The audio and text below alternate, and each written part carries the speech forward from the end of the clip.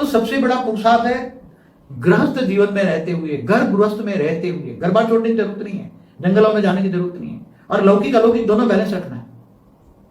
लौकिक में भी भावनाओं में बह नहीं जाना है।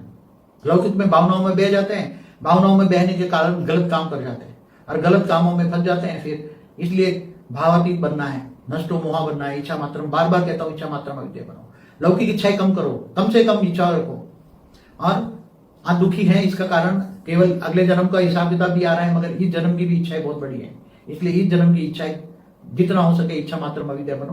भाग्य में जो होगा मिल जाएगा। कर्म करते रहो और कर्म योगी बनो। कर्म करते करते ऑलमाइटी अथॉरिटी की याद में रहो, ग्रेट ग्रेट ग्रैंडफादर को याद करो, कनेक्शन जोड़ो और पावर हाउस से पावर लो, तो आत्मा में पावर आएगी। आत्म स्वरूप में स्थित होना है और साक्षी दृष्टा बन जाना है। दूसरों को, ये दुनिया को, ये तो सब भक्ति मार्ग वाले भी कहते हैं ये झूठी काया, झूठी माया, झूठा जग संसार, ये सब झूठा है, मृत्यु लोक है, अमर लोक नहीं है। तुम्हें अमर लोक जाना है, अमर बनना है, बेहद के अविनाशी परमधाम में जाना है।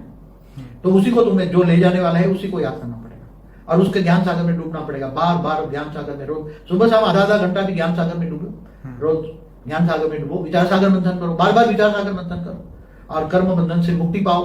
तो जितना पावर आएगा विक्रम विनाश हो जाएगा। आत्मा में, कारण शरीर में पावर आएगा। कारण शरीर में जो रिकॉर्ड भरा है वो रिकॉर्ड धीरे धीरे परम प्रकाश आएगा, परम लाइट आएगी, आत्मा में परम लाइट आएगी, परम प्रकाश आएगा। तो परम प्रकाश से, परम लाइट से